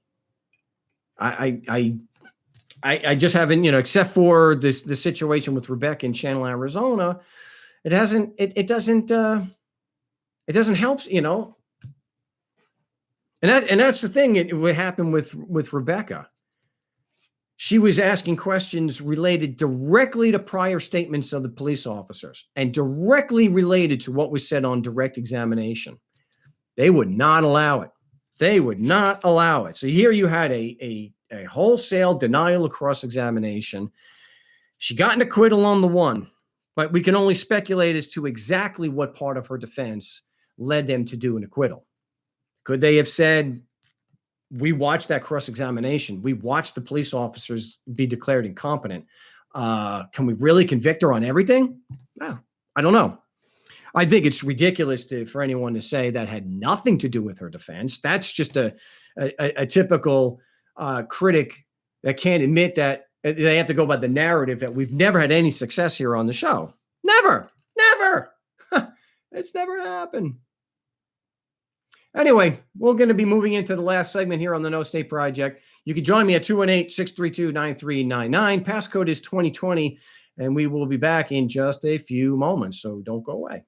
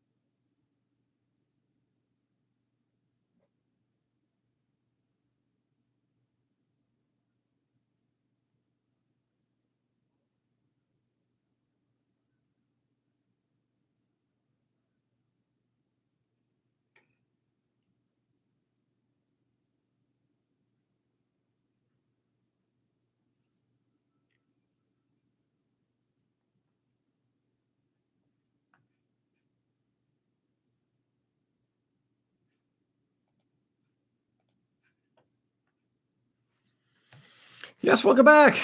We're in the last segment here of the big broadcast for June 16th, 2018.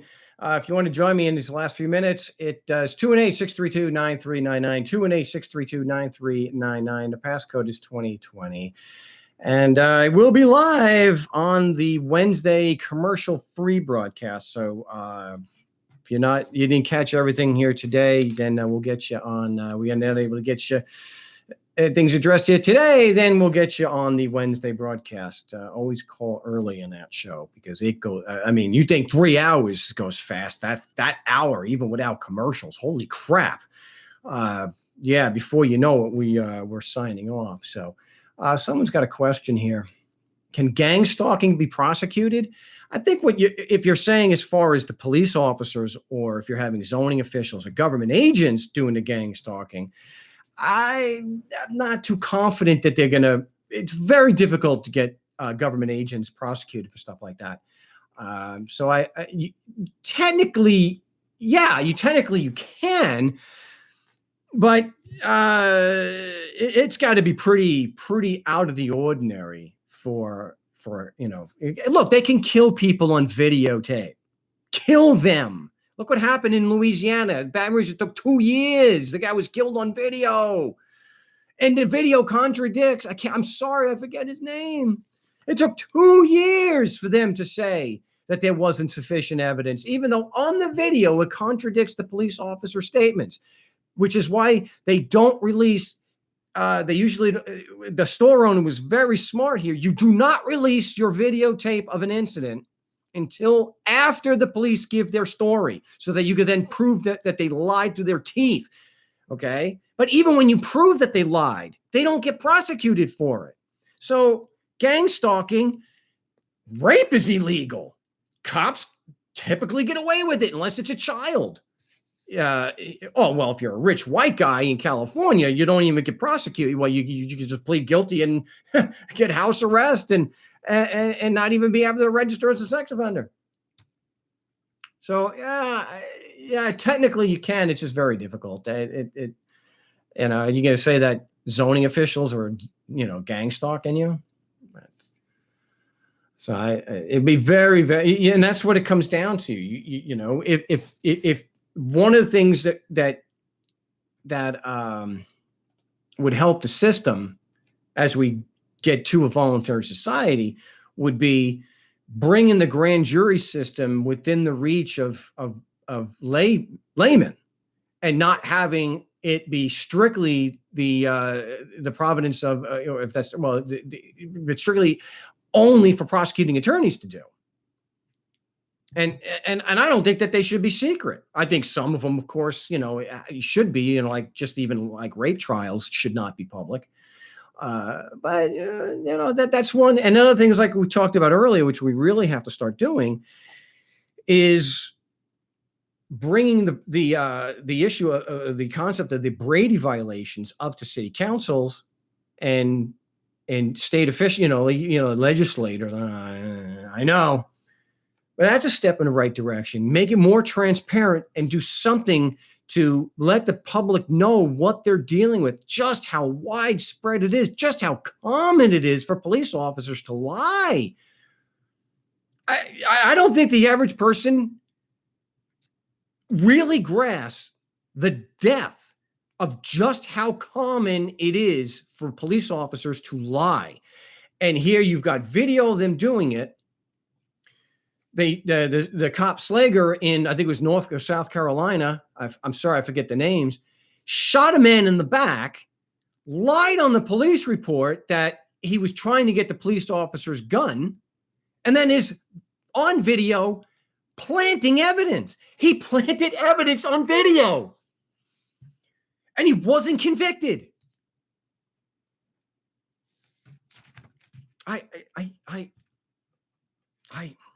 My gosh, if that doesn't frustrate you, and if you can hear things like that, it doesn't frustrate you, and all you can do is say, well, there's Mark ranting again about fungal, because that is sick.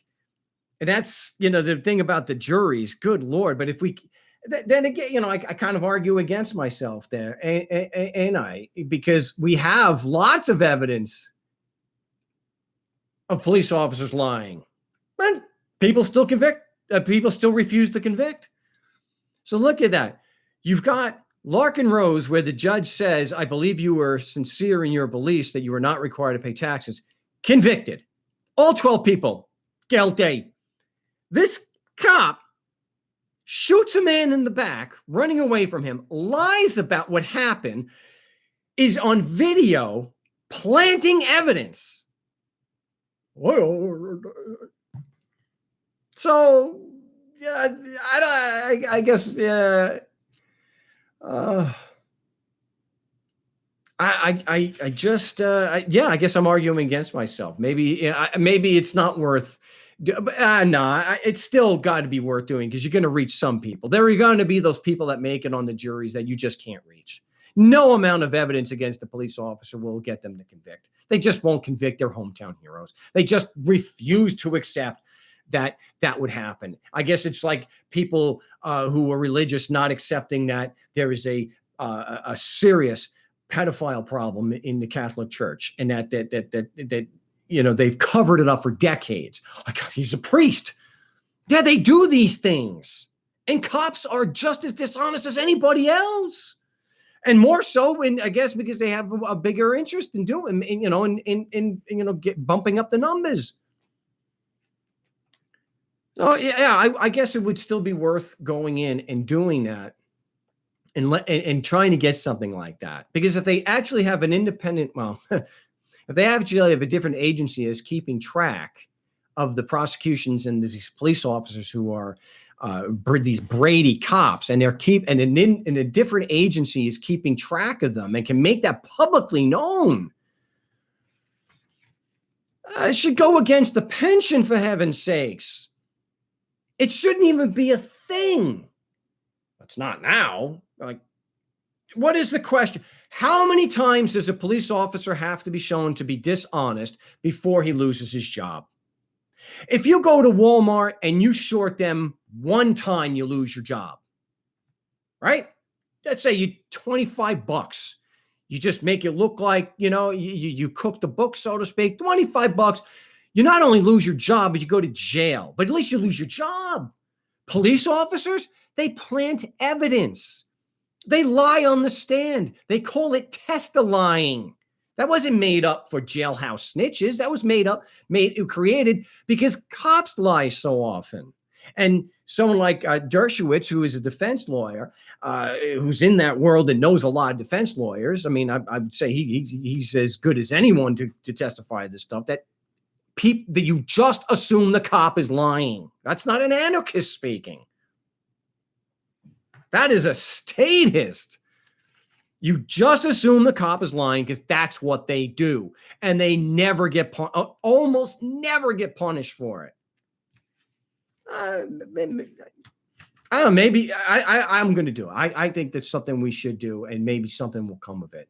At least as far as maybe getting more people off the fence and being anarchist and seeing these people as the criminals that they are. And they are criminals not just because they lie and plant evidence. They're criminals because they're part of a criminal organization.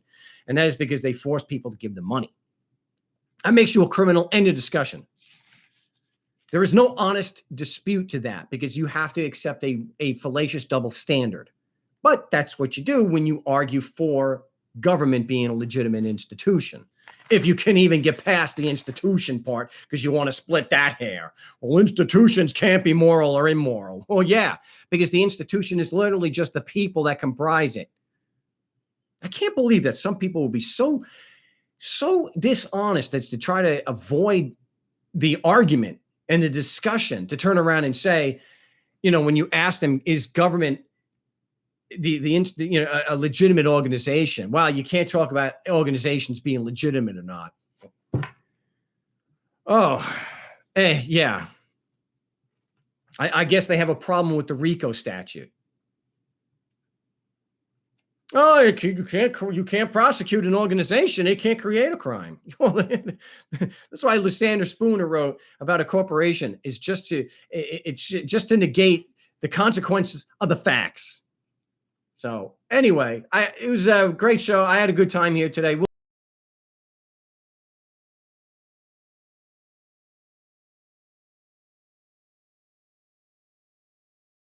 calling in. Appreciate everyone tuning in. I will be live on the Wednesday broadcast. So, hey, till Wednesday. Salud.